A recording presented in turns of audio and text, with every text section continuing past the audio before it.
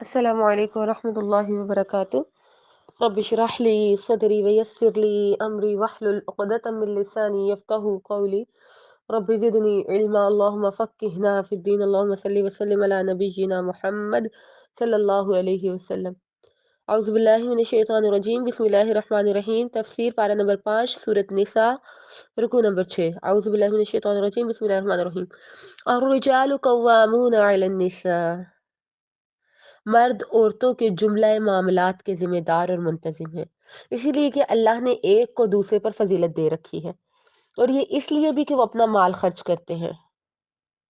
سب سے پہلے مردوں کی خوبی بتائی، پھر بتایا کہ جو نیک عورتیں ہیں وہ شوہروں کی فرما بردار ہوتی ہیں، اور ان کی عدم موجودگی میں اللہ کی حفاظت اور نگرانی میں اپنے شوہروں کے حقوق اور اپنے مال اور عزت اور آبرو کی حفاظت کرنے والی ہوتی ہیں۔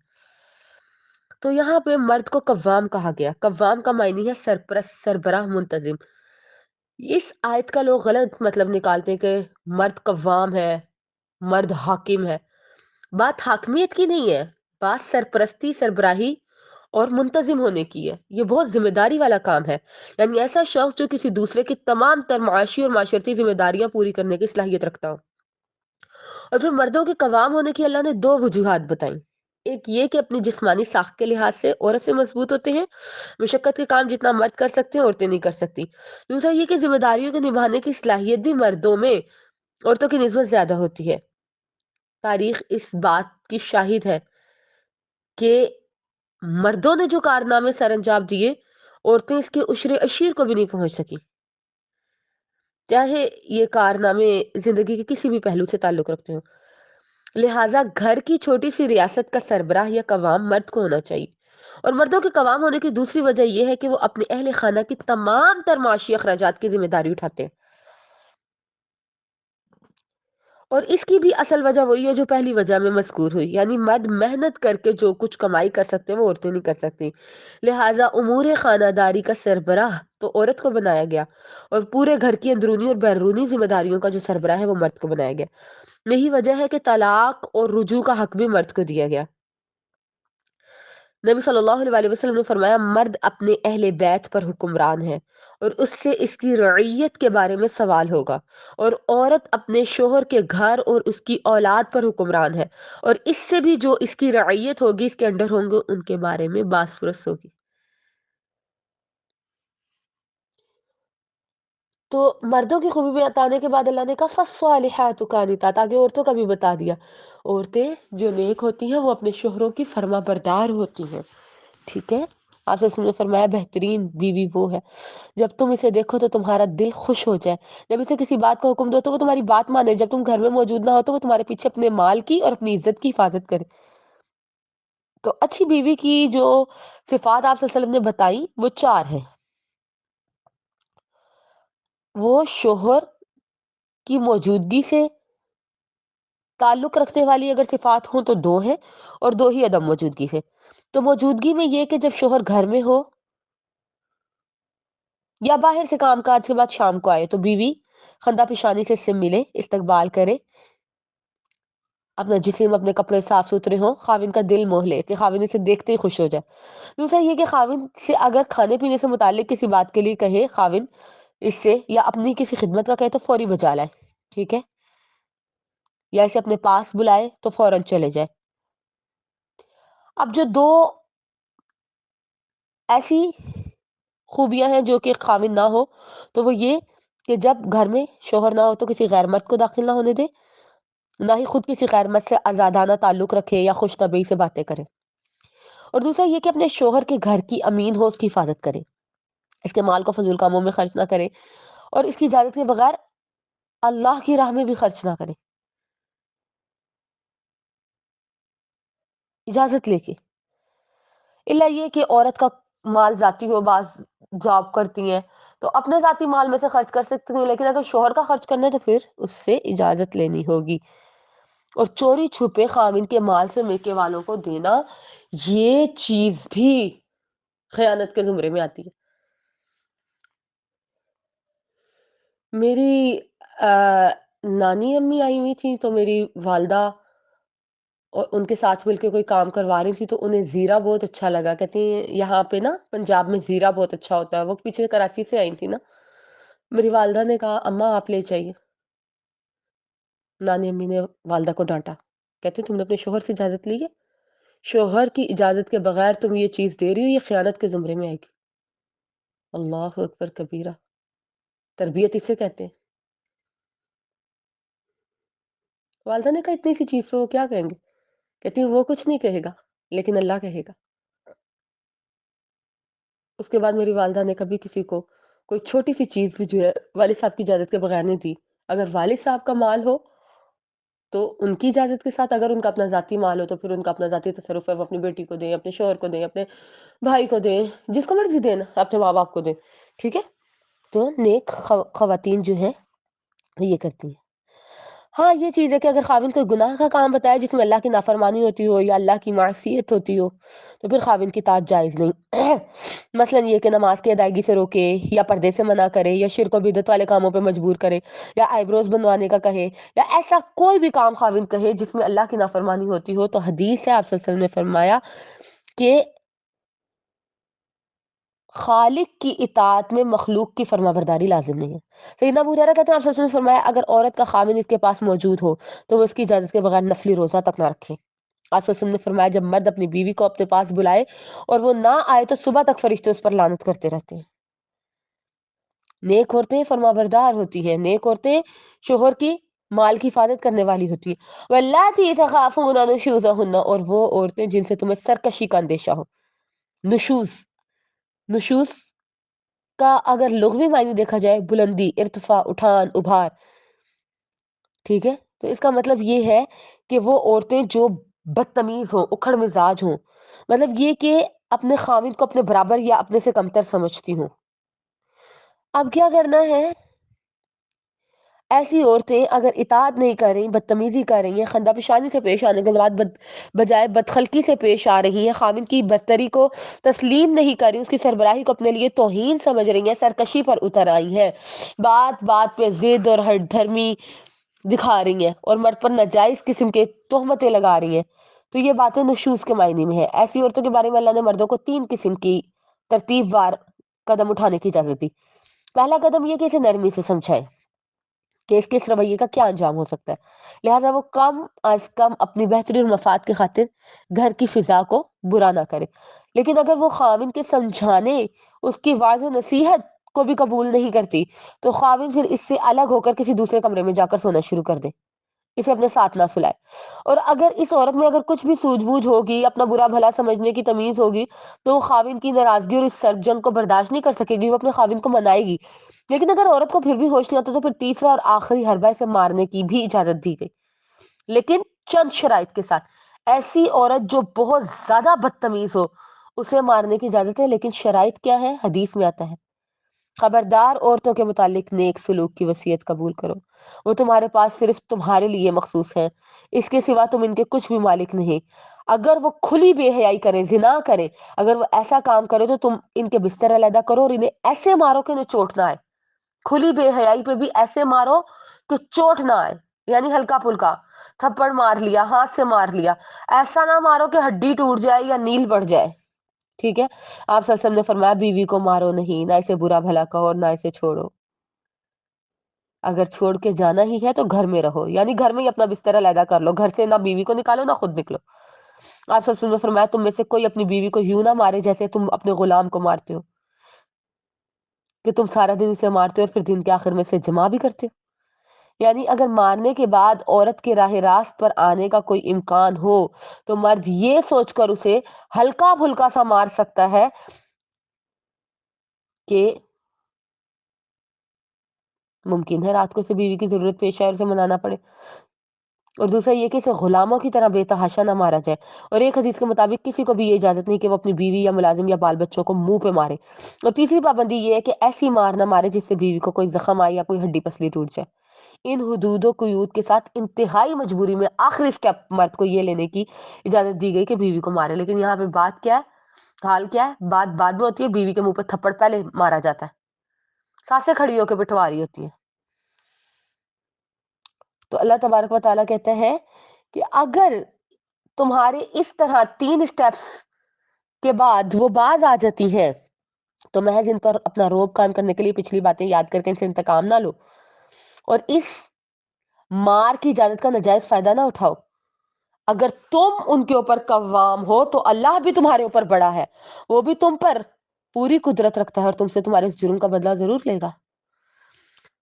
وَإِنْ خِفْتُمْ شِقَاقَ بَيْنِهِمَا، اور اگر تمہیں زوجین کے باہمی تعلق بگڑ جانے کا اندیشہ ہو تو ایک ثالث مرد کے خاندان سے اور ایک عورت کے خاندان سے مقرر کر لو. اگر وہ دونوں اصلاح چاہتے ہوں گے تو اللہ ان میں موافقت پیدا کر دے گا، کیونکہ اللہ سب کچھ جاننے والا اور باخبر ہے.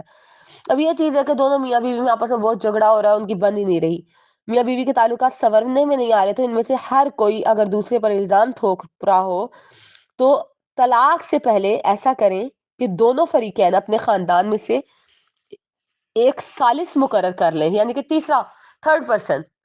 میاں بیوی، مرد اپنے خاندان میں سے، عورت اپنے خاندان میں سے ثالث مقرر کر لے جو پوری صورتحال کو سمجھ کر نیک نیتی سے اصلاح کی کوشش کریں.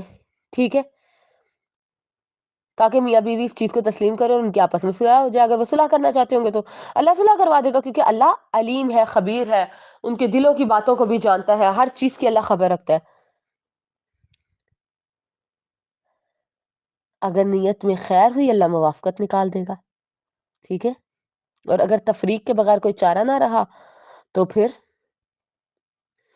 یہ جو ثالثی ہوتی ہے یا یہ جو پنچ بیٹھتی ہے تو پھر جو ہے وہ علیحدہ بھی کروا سکتی ہے. یونین کونسل کو بھی ایسے ہی اللہ نے کچھ حقوق دیے ہیں. ٹھیک ہے، وَاعْبُدُوا اللَّهَ وَلَا تُشْرِكُوا بِهِ شَيْئًا، اور اللہ کے ساتھ کسی کو شریک نہ بناؤ.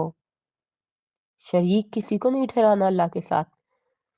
شرک ایسا گناہ ہے جو کسی صورت معاف نہیں ہوگا. وَبِالْوَالِدَيْنِ إِحْسَانًا، اور والدین کے ساتھ احسان کرو، حسن سلوک کرو والدین کے ساتھ. اور پھر اس کے بعد کیا ہے، وَبِذِي الْقُرْبَى وَالْيَتَامَى، قریبی رشتہ داروں کے ساتھ حسن سلوک کرو، یتیموں کے ساتھ حسن سلوک کرو، مسکینوں کے ساتھ حسن سلوک کرو. شرک کے بارے میں ایک حدیث، اللہ تعالیٰ ہر گناہ معاف کر دے گا سوائے شرک کے. ماں باپ کی نافرمانی، اللہ نے تم پر ماؤں کی نافرمانی کو حرام کر دیا. ٹھیک ہے، ماں باپ کی دعا بدعا یہ قبول کی جاتی ہے. اللہ نے جہاں قرآن میں اپنا ذکر کیا اس کے فوراً بعد وَبِالْوَالِدَيْنِ احسان، والدین کے ساتھ احسان کرو. اچھا، والدین کے ساتھ عدل کا حکم نہیں آیا، احسان کا حکم آیا. عدل ہوتی ہے برابری، یعنی جتنا والدین نے تمہارے ساتھ کیا اتنا ہی تم کرو. لیکن اللہ کہتا ہے احسان کرو، جتنا انہوں نے کیا اس سے بڑھ کے کرو، احسان کے لیول پہ. ٹھیک ہے، اور پھر قریبی رشتہ داروں کے ساتھ، قرابت کے رشتوں کے بارے میں نے بڑی ڈیٹیل سے آپ لوگوں کو بتایا تھا سورۃ نساء کے سٹارٹ میں. ٹھیک ہے، والیتاما، یتیموں کے ساتھ حسن سلوک. یہ بھی میں نے سورۃ نساء کی یہ جو آیت نمبر 2 سے لے کے 6 تک یتیموں کے حقوق آئے تھے، یہ میں نے بڑے اچھے طریقے سے سمجھائے آپ کو. والمساکین، اور مسکینوں کے ساتھ. ٹھیک ہے، ان کے ساتھ بھی اچھا سلوک کرنا ہے. وجار ذی القربى وجار الجنب.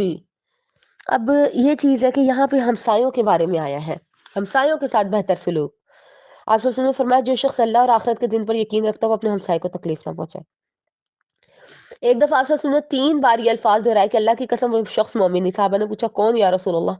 آپ نے فرمایا جس نے ایذا دہی سے اپنے ہمسائے کو امن میں نہ رکھا. آپ صلی اللہ علیہ وسلم نے فرمایا جس کی ایذا کی وجہ سے اس کا ہمسایہ امن میں نہ ہوا وہ جنت میں نہیں جا سکے گا. ہمسایوں کے اس قدر حقوق ہے، اس قدر حقوق ہے. تو قرآن نے کہا کہ ہمسایوں کے ساتھ اچھا سلوک کرو. آپ نے فرمایا وہ شخص جو اللہ اور روز آخرت پر ایمان رکھتا ہے اسے چاہیے کہ اپنے ہمسائے کی عزت کرے. آپ نے فرمایا جبریل مجھے ہمسائے سے اس نے سلوک کے بارے میں اتنی وصیت کرتے رہے کہ میں نے سمجھا کہیں سے وہ وراثت کا حقدار نہ بنا دیں. آپ صلی اللہ علیہ وسلم نے فرمایا سیدنا ابو ذر فرماتے ہیں آپ صلی اللہ علیہ وسلم نے فرمایا جب تم سالن پکاؤ تو اس کا شوربہ زیادہ کر لیا کرو تاکہ اپنے پڑوسیوں کو بھی دے سکو، ان کا بھی خیال رکھا کرو. آپ صلی اللہ علیہ وسلم نے فرمایا ہمسایہ اپنے قرب کی وجہ سے تمہاری جائیداد کا زیادہ حقدار ہے، یعنی جب بیچنے لگو تو سب سے پہلے ہمسائے سے پوچھو. سیدہ عائشہ فرماتی ہیں میں نے پوچھا اللہ کے رسول میرے 2 پڑوسی ہیں تو میں کس کو تحفہ بھیجوں؟ فرمایا جس کا دروازہ تمہارے دروازے سے زیادہ قریب ہو. آپ صلی اللہ علیہ وسلم نے فرمایا اے مسلمان عورتوں، کوئی ہمسائی اپنے ہمسائی کے تحفے کو حقیر نہ سمجھے، چاہے وہ بکری کا کھر ہی تحفے میں کیوں نہ بھیجے. ہمسایوں کو تحفہ دینا چاہیے، ان سے ملنا چاہیے، ان کے گھر سالن بھیجنا چاہیے، ہانڈی بھیجنی چاہیے، ان کا خیال رکھنا چاہیے۔ آصل وسلم نے فرمایا کوئی ہمسایہ اپنے ہمسائے کو اپنی دیوار میں لکڑی رکھنے سے منع نہ کرے۔ آصل وسلم نے فرمایا جب آپ اپنے ہمسائے کو یہ کہتے سنیں کہ آپ نے اچھا کام کیا تو فی الواقع آپ نے اچھا کام کیا، اگر یہ کہتے سنیں کہ آپ نے برا کام کیا تو واقعی آپ نے برا کام کیا۔ آصل وسلم نے فرمایا وہ شخص مسلمان ہی نہیں جو خود پیٹ بھر کے کھانا کھاتا ہے اس حال میں کہ اس کا ہمسایہ بھوکا سوتا ہے۔ اب اس آیت میں 3 قسم کے ہمسایوں کا ذکر آیا، ایک وہ جو ہمسایہ بھی ہو اور رشتہ دار بھی ہو، دوسرا وہ جو تمہارے پہلو میں یا تمہارے مکان کے پاس تو رہتے ہیں مگر تمہارے رشتہ دار نہیں، اور تیسرے وہ جو تمہاری سوسائٹی سے متعلق ہو۔ ٹھیک ہے، مثلا وہ دوست احباب جو ایک جگہ مل بیٹھتے ہیں یا کسی دفتر میں یا کسی جگہ کام کے لیے اکٹھا ہوتے ہیں اور اکثر ملاقات ہوتی رہتی ہے۔ حسن سلوک تو ان سب سے کرنا چاہیے لیکن ترتیب کا خیال رکھنا چاہیے۔ سب سے زیادہ حقدار رشتہ دار ہمسایہ، اس کے بعد گھر کے آس پاس رہنے والے ہمسائے، ٹھیک ہے، اور ہمسایوں کی حد 40 گھروں تک ہے، ٹھیک ہے، اور پھر اس کے بعد جن کے ساتھ آپ اٹھتے بیٹھتے ہیں اپنے ساتھیوں کا بھی خیال رکھنا ہے۔ آج کل کا کیا حال ہے؟ آج کل کے دور میں کوٹھی بنگلوں میں رہائش ہے، ساتھ والے کی غمی خوشی تک کی خبر نہیں ہوتی، جبکہ شریعت نے ہمسائے کا وسلم نے کہا جبریل نے اتنا ہمسائے کے حقوق کے بارے میں تلقین کہ مجھے ڈر ہوا کہ وراثت میں نہ حقدار بنا دے۔ اور پھر ہمسایوں کے بعد کہا مسافروں سے بہترین سلوک کرو۔ مسافر سے بہترین سلوک، سیدنا ابو سعید خدری کہتے ہیں ہم ایک سفر میں جا رہے تھے، دوران سفر آپ صلی اللہ علیہ وسلم نے ہمیں فرمایا جس کے پاس ایکسٹرا سواری ہے وہ اسے دے دے جس کے پاس سواری نہیں، جس کے پاس زائد کھانا وہ اسے دے دے جس کے پاس کھانا نہیں۔ آپ صلی اللہ علیہ وسلم نے مال کی ایک ایک قسم کا جدا جدا ذکر کیا حتیٰ کہ ہم سمجھنے لگے کہ اپنے زائد مال پہ ہمارا کوئی حق ہی نہیں ہے، برابر والے ساتھی کا حق۔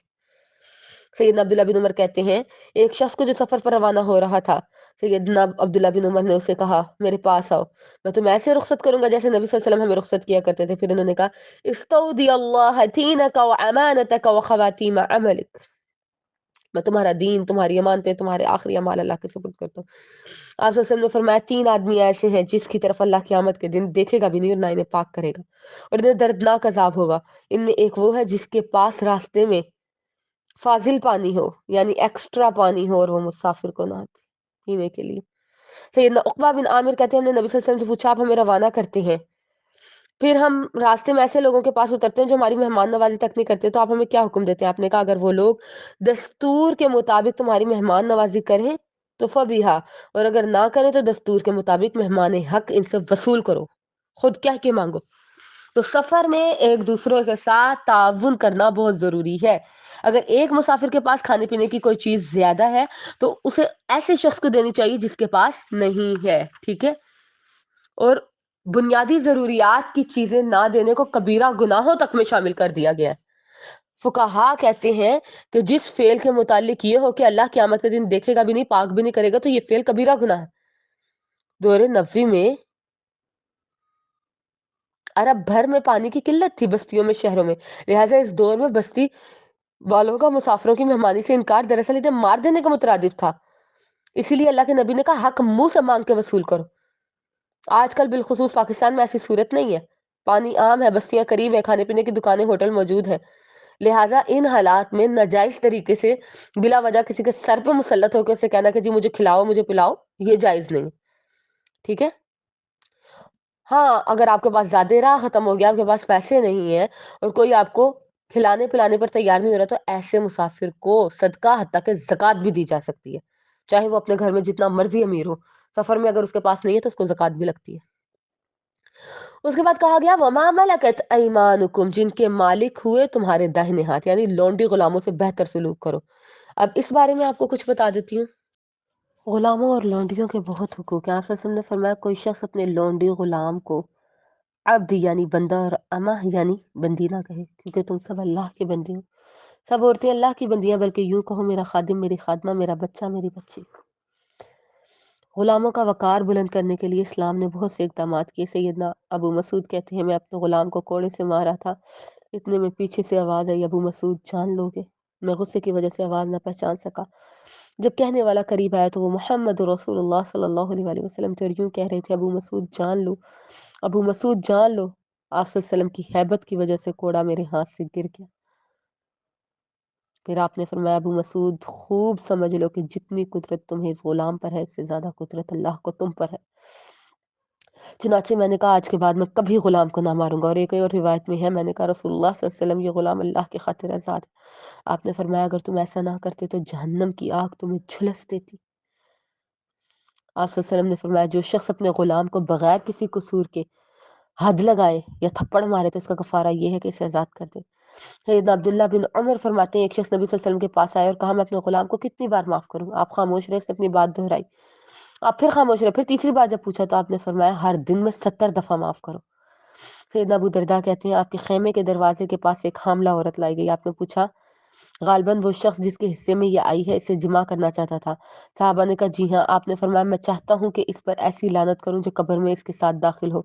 بھلا وہ اس بچے کا کیسے وارث ہو سکتا ہے حالانکہ وہ اس کے لیے حلال نہیں، اور اس بچے کو کیسے غلام بنا سکتا ہے حالانکہ وہ اس کے لیے حلال نہیں. آسوسن نے فرمایا جو شخص کسی آزاد آدمی کو غلام بنائے قیامت کے دن میں خود اس کے خلاف استغاثہ پیش کروں گا، مقدمہ لڑوں گا. جنگ بدر کے بعد نبی صلی اللہ علیہ وسلم نے جنگی قیدیوں کو مختلف صحابہ کے گھروں میں بانٹ دی اور تاکید کی تھی. استواسوا بالاسارى خیرا، میں قیدیوں کے ساتھ تمہیں اچھے سلوک کی وصیت کرتا ہوں. انہی قیدیوں میں ایک قیدی ابو عزیز کا بیان ہے کہ مجھے جس انصاری کے گھر میں رکھا گیا وہ خود تو کھجوریں کھاتے تھے لیکن مجھے صبح شام امپورٹڈ گندم کی روٹی کھلایا کرتے تھے. صحابہ کا یہ سلوک تھا غلاموں کے ساتھ. ٹھیک ہے، تو کہا گیا اپنے غلاموں کے ساتھ بھی احسان نیکی کرو. ان اللہ لا يحب من کان مختالا فخورا، اللہ کو نہیں پسند کوئی بھی مغرور خود پسند اکڑ باز نہیں اللہ کو پسند. اللہ کو عاجزی والے لوگ پسند ہیں، مغرور نہیں پسند. معاویہ بن حکم اسلمی سے روایت ہے میری ایک لونڈی تھی جو جوانیہ ایک مقام کا نام ہے، اس کی طرف بکریاں چرایا کرتی تھی. ایک دن میں وہاں نکلا تو دیکھا ایک بھیڑیا ایک بکری لیے جا رہا ہے. میں بھی آخر آدمی تھا، مجھے غصہ آیا جیسے دوسروں کا آتا. میں نے اس لونڈی کو ایک تھپڑ مارا. بعد میں مجھے جو ہے اس بات پہ بہت ندامت ہوئی. میں اس کو لے کے نبی صلی اللہ علیہ وسلم کے پاس گیا. آپ صلی اللہ علیہ وسلم نے میرے اس فعل کو بہت برا سمجھا. میں نے کہا یا رسول اللہ صلی اللہ علیہ وسلم میں اس کو آزاد نہ کر دوں؟ آپ نے کہا اسے میرے پاس لاؤ. میں اسے آپ کے پاس لے کے گیا. آپ نے اس سے پوچھا اللہ کہاں ہے؟ اس نے کہا آسمان پر. آپ نے پوچھا میں کون ہوں؟ کہنے لگی اللہ کے رسول. آپ صلی اللہ علیہ وسلم نے ارشاد فرمایا اسے آزاد کر دو، یہ مومنہ. تو اسلام سے پہلے غلاموں کی جس قدر بدتر حالت تھی وہ سب کو معلوم ہے. اللہ نے غلاموں کو اتنے حقوق عطا کیے کہ وہ معاشرے کا معزز فرد بن گئے. ٹھیک ہے، اسلام نے ان سے حسن سلوک کی جو تاکید کی تھی یہ اسی کا اثر تھا کہ آزاد اور غلام میں پھر کوئی فرق نہیں رہ گیا تھا. اور اس سے بڑی کیا بات ہوگی کہ ایک غلام کو نبی صلی اللہ علیہ وسلم نے اپنا متبنہ بنا لیا تھا، منہ بولا بیٹا، اور اس سے اپنی پھوپھی زاد بہن کا پھر نکاح کر دیا تھا زید بن حارثہ. اور ان کے بیٹے اسامہ بن زید کو کئی بار کئی لشکروں کا سپہ سالار بنایا. سیدنا بلال جو کالے رنگ کے اور موٹے ہونٹوں والے حبشی غلام تھے، انہیں کعبے کی چھت پہ چڑھوا کے اذان دی گئی. ان کے بارے میں کہا گیا کہ جنت میں ان کے قدموں کی آواز نبی صلی اللہ علیہ وسلم سے آگے سنائی دی گئی. سیدنا عمر سیدنا بلال کے پاس جاتے، گھٹنے ٹیک کے وقت کا خلیفہ نیچے بیٹھ جاتا اور کہتا سیدنا سیدنا، ہمارے سردار ہمارے سردار. اسلام نے غلاموں کو یہ مقام دیا تھا. سیدنا عمر نے اپنی وفات کے وقت ابو حذیفہ کے آزاد کردہ غلام سیدنا سالم کے متعلق فرمایا آج اگر وہ زندہ ہوتے تو میں انہیں خلیفہ نامزد کر دیتا. وقت کا خلیفہ کہہ رہا ہے کہ میں غلام کو خلیفہ بنا دیتا. اور پھر یہ بھی کہا کہ میرے نبی نے کہا تھا تم پہ نکٹا غلام بھی امیر بنایا جائے تو جب تک وہ تمہیں اللہ کے حکم کے مطابق چلاتا رہے. اس کی بات سنو، تاریخ میں ایسے بے شمار بادشاہ گزرے جو غلام تھے. محمود غزنوی مشہور فاتح ہند، یہ بھی آزاد کردہ غلام تھا. کئی غلام فرما رواؤں نے حکومت کی ہے. وہ کون سا اعزاز باقی رہ جاتا جو اسلام نے غلاموں کو نہیں دی؟ اور بعض لوگوں نے یہاں پہ او ما ملکت ایمانکم، جن کے مالک ہیں تمہارے دائنے ہاتھ، اس میں غلام کے علاوہ جانور اور مویشی بھی لیے ہیں کہ اپنے جانوروں مویشیوں کے ساتھ اچھا سلوک کرو جنہیں گھر میں پالتے ہو. مثلا سواری کے لیے گھوڑا یا اونٹ، دودھ حاصل کرنے کے لیے بھیڑ یا بکری، گائے بھینس، انڈوں اور گوشت کے لیے جیسے مرغی پالنا. تو یہ جانور بھی اپنے مالک کے حسن سلوک کے مستحق ہیں. آپ سے نے فرمایا جانوروں پر رحم کرو. حتیٰ کہ اسلام نے ان کے سامنے چھری تک تیز کرنے سے منع کر دی. تو سوچے کتنا خوبصورت دین ہے جو فردن فردن فردن فردن فردن فردن سب کے حقوق بیان کر رہا ہے. اور پھر آگے اللہ تعالیٰ کہتا ہے کہ اللہ کو وہ لوگ نہیں پسند جو انا میں مست اور مغرور رہتے ہیں، جو اللہ کے احکام کی پرواہ نہیں کرتے، اللہ ان کی پرواہ نہیں کرتا۔ الذین یبخلون ویأمرون الناس، یہ کون لوگ ہیں؟ یہ وہ لوگ ہیں جو خود بھی بخل کرتے ہیں، دوسروں کو بھی بخل کی ہدایت کرتے ہیں، اور جو کچھ اللہ نے اپنے فضل سے دے رکھا ہوتا ہے اسے چھپاتے ہیں، بڑکیاں مارتے ہیں۔ ایسے لوگوں کی صفت کیا ہے؟ کہ اللہ کا عطا کردہ مال چھپاتے ہیں، چاہے وہ علم ہو چاہے وہ دولت ہو۔ یہ آیت یہود کے حق میں بھی نازل ہوئی جنہوں نے اپنی شریعت چھپانے کی کوشش کی تھی، ٹھیک ہے؟ تو ایسے لوگوں کے لیے اللہ تبارک و تعالیٰ کہتا ہے، غفران نعمت کرنے والوں کے لیے ہم نے رسوا کن عذاب تیار کیا۔ الذین ينفقون اموالهم رئاء الناس، اور ان لوگوں کے لیے بھی جو خرچ تو کرتے ہیں مگر لوگوں کو دکھانے کے لیے، وہ نہ اللہ پر ایمان رکھتے ہیں اور نہ آخرت کے دن پر، اور ایسی صفات رکھنے والے جس شخص کا شیطان ساتھی بن گیا تو بہت برا ساتھی۔ تو یہاں پہ بخل کی مذمت کی گئی ہے۔ مسلمانوں میں بھی ایسے لوگ موجود ہیں جنہیں اللہ نے بہت مال و دولت دے رکھا، لیکن وہ اپنی حیثیت کے مطابق نہ اپنی ذات پہ خرچ کرتے، نہ اہل و عیال پہ، نہ اللہ کے راستے میں، نہ اپنے اقربا پہ، ٹھیک ہے؟ تو یہ انتہا درجے کا یہ بخل نعمتوں کی ناشکری ہے۔ آپ صلی اللہ علیہ وسلم نے فرمایا اللہ جب کسی بندے کو نعمت عطا کرتا ہے تو وہ اسے پسند کرتا ہے کہ وہ بندہ اس نعمت کو استعمال کرے، اس نعمت کا اثر بندے پر ظاہر ہو، یعنی اس کی بود و باش، اس کے لباس، اس کی خوراک، اس کا صدقہ خیرات، ہر چیز سے اللہ کی نعمت کا اظہار ہو۔ تو بخل ناشکری کو کفر سے تعبیر دیا گیا، تو ایسے لوگوں کو ذلت والا عذاب ہوگا، ٹھیک ہے؟ اللہ تعالیٰ کی عطا کردہ نعمت اور مال کو دوسروں سے چھپانے کا مرض آج کل اس قدر عام ہے کہ کوئی شخص دوسرے کو نہ اپنے پوری ذرائع آمدنی بتاتا ہے، نہ آمدنی بتاتا ہے، ٹھیک ہے؟ کس کے پاس کیا ہے، سب جو ہے پردے داری کر رہے ہیں، رقوم بینک میں جمع ہوتی ہیں، کسی کو کچھ نہیں بتاتے، ٹھیک ہے؟ اور پھر دوسری قسم کیا ہے؟ ریاکاری، ٹھیک ہے؟ تو اس آیت کا مطلب کیا ہے؟ مختالن فخورہ کون ہے؟ ایک وہ جو بخل کرتے ہیں، دوسرے وہ جو ریاکاری کرتے ہیں۔ ان کی دوسری صرف یہ ہے کہ اول تو خرچ نہیں کرتے، بخل کرتے، اور اگر خرچ بھی کریں تو محض لوگوں کے دکھاوے کے لیے، اللہ کی رضامندی کے لیے کرنا پڑے تو بخل کرتے ہیں، اور جو دوسروں کو دکھانا ہو تو بڑا خرچ کرتے ہیں، پھر ویڈیو بنتی ہے، اسکرین شاٹ لیے جاتے ہیں، تصویریں کھینچتی ہیں۔ اللہ کہتا ہے ایسے بندوں کا شیطان ساتھی بن گیا، اور جس کا ساتھی شیطان ہے فساء قرینا، کتنا برا ساتھی ہے۔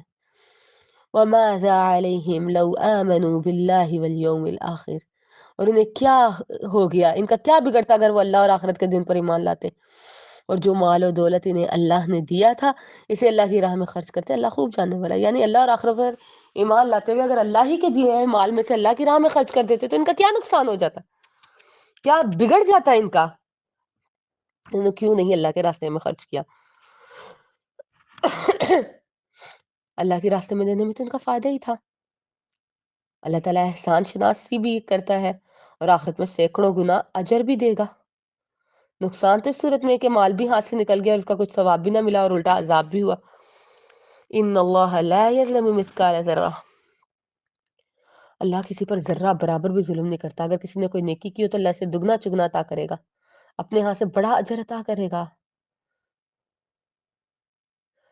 فَكَيْفَ إِذَا جِئْنَا مِنْ كُلِّ أُمَّةٍ بِشَهِيدٍ، اور ذرا سوچیں اس وقت ان لوگوں کا کیا حال ہوگا جب ہم ہر امت سے ایک گواہ لائیں گے، اور اے محمد صلی اللہ علیہ وآلہ وسلم آپ کو بھی ان پہ گواہ بنائیں گے۔ اور اس دن جس نے کفر کیا ہوگا، رسول کی نافرمانی کی ہوگی، وہ چاہیں گے کاش زمین پھٹ جائے اور اس میں سما جائے، اور اللہ سے وہ کوئی بات نہ چھپا سکیں گے۔ تو بات یہ ہے کہ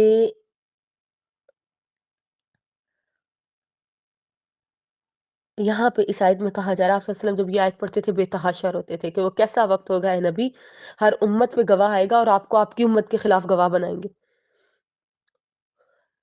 نبی صلی اللہ علیہ وآلہ وسلم خود جب اپنی امتیوں کے خلاف گواہی دیں گے اور آپ کی گواہی کی وجہ سے انہیں جہنم میں ڈالا جائے گا، اے نبی سوچے وہ کیسا وقت ہوگا۔ آپ صلی اللہ علیہ وسلم اس آیت پہ بہت روتے تھے، سینے سے گڑگڑاہٹیں اٹھتی تھی اس آیت پہ۔ فَكَيْفَ إِذَا جِئْنَا مِنْ كُلِّ أُمَّةٍ بِشَهِيدٍ، اور سابقہ امتوں پر بھی آپ صلی اللہ علیہ وسلم کی گواہی ہوگی۔ اس آیت میں میدان حشر کی کیفیت اور اللہ کی عدالت کا ذکر ہو رہا ہے۔ اس وقت ہر امت میں سے ایک گواہ لایا جائے گا جو اس امت کا نبی ہوگا، اور وہ یہ گواہی دے گا کہ اللہ میں نے تیرا پیغام پہنچا دیا، تیرے احکامات پہنچا دیے، فلاں فلاں لوگوں نے انہیں تسلیم کیا، فلاں فلاں نے نافرمانی اور کفر کیا۔ اور جب امت کے نافرمان لوگ مکریں گے، کہیں گے ہمارے پاس کوئی ڈرانے والا نہیں آیا تھا، تو یہ نافرمان لوگ اللہ کے دربار میں بھی جھوٹ بولنے سے باز نہیں آئیں گے، اپنے نبی کی شہادت کو جھٹلائیں گے. اس وقت نبی صلی اللہ علیہ وسلم کو لایا جائے گا اور آپ ان انبیاء کی شہادت کی تصدیق کریں گے. جب وہ لوگ اپنی نافرمانی سے اور ہٹ درمی سے باز نہیں آئیں گے تو کہیں گے یہ تو اس وقت موجود ہی نہیں تھے، یہ کیسے انبیاء کی تصدیق کر سکتے. اس وقت آپ فرمائیں گے میں نے تو اللہ کی وحی کی روح سے دنیا میں بھی سب کیا کام انبیاء کی تصدیق کرتا رہا، پھر آج کیسے نہ کروں. سیدنا عبداللہ بن مسعود فرماتے ہیں ایک دفعہ آپ صلی اللہ علیہ وسلم نے مجھے فرمایا کچھ قرآن سنا. میں نے عرض کی بھلا آپ کو کیا سناؤں، آپ پر قرآن اترا. آپ نے فرمایا ٹھیک ہے مجھ پر اترا مگر مجھے دوسروں سے سننا اچھا لگتا ہے. ابن مسعود کہتے ہیں پھر میں نے سورۃ نساء پڑھنا شروع کی اور جب میں اس آیت پہ پہنچا فَكَيْفَ إِذَا جِئْنَا مِن كُلِّ أُمَّةٍ، ہر امت سے گواہ آئے گا. آپ صلی اللہ علیہ وسلم نے فرمایا بس کرو بس کرو ابن مسعود بس کر دو. میں نے دیکھا اس وقت آپ کی آنکھوں سے آنسو بہ رہے تھے.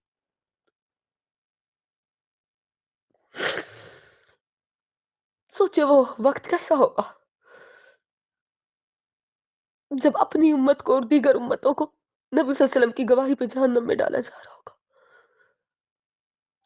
اللہ کہہ رہا ہے فَكَيْفَ إِذَا جِئْنَا، ذرا سوچیں اس وقت کو کیا حال ہوگا جب ہر امت سے گواہ آئے گا.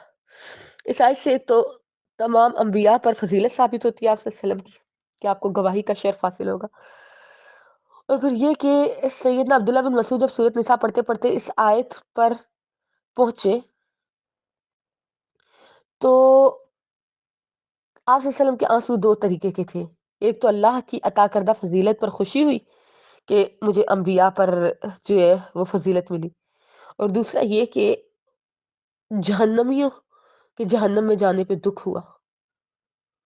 ٹھیک ہے، جب ایسے لوگوں کی نافرمان لوگوں پر شہادتیں مکمل ہو جائیں گی، جرم ثابت ہو جائے گا، تو اس وقت یہ آرزو کریں گے کاش زمین پھٹ جائے اور اس میں ہم سما جائے. اپنی نافرمانیوں کے برے نتائج اور عذاب سے تو ہمیں نجات ملے گی، لیکن یہ ممکن نہیں ہوگا کیونکہ اللہ سے کوئی بات نہیں یہ چھپا سکتے، کچھ بھی نہیں چھپے گا. ٹھیک ہے، تو بات یہ ہے کہ آخرت کے منکر خسارہ میں ہے.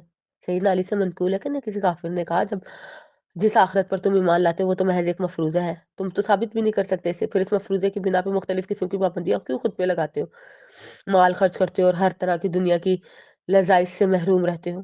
یہ تو نقصان کی بات ہے. آپ نے کہا ہم جتنا وقت اللہ کی عبادت میں رہتے ہیں یہ تو یقینی بات ہے کہ کم از کم ہم اتنی دیر برے باتوں برے کاموں سے بچے رہتے ہیں، اور اگر مال خرچ کرتے ہیں تو اس سے بھی کسی نہ کسی کو فائدہ پہنچتا ہے، پھر ہمیں ان کاموں سے خوشی بھی حاصل ہوتی ہے. رہے دنیا کے مزے تو یہ تو چند دنوں کی بات ہے، موت کے بعد ہم تم برابر ہوئے. مرنے کے بعد سنو اگر میرا نظریہ درست ہوا اور میں ہمیشہ کی نعمتوں اور راحتوں کا مستحق ہوا تو میں تو بچ گیا، اور تم اگر عذاب مصائب اور دائمی جہنم کے مستحق ہوئے تو تم تو تباہ ہو گئے. اور فرض کرو تمہارا نظریہ اگر درست نکلا تو بتاؤ ہمارا کیا بگڑے گا، ہمارا تو کچھ نہیں جائے گا نا. لہٰذا اچھی طرح سوچ لو کہ خسارے میں ہم ہیں یا تم. یہ سن کر اسے ہوش آ گیا اور اس نے اسلام قبول کر لیا تھا. تو آخرت سے انسان کو غافل نہیں ہونا چاہیے، اپنے اعمال کی فکر کرنی چاہیے، ان لوگوں میں اپنے آپ کو شامل کرنا چاہیے جن کے بارے میں نبی صلی اللہ علیہ وسلم اچھی گواہی دے کے انہیں جنت میں لے کے جائیں. اللہ سے دعا ہے کہ اللہ ہمیں قرآن و سنت کو سمجھنے اور اس کے پر عمل کرنے کی توفیق عطا فرمائے. سبحان ربک رب العزة عما یصفون وسلام علی المرسلین والحمد للہ رب العالمین. آمین یا رب العالمین. آمین.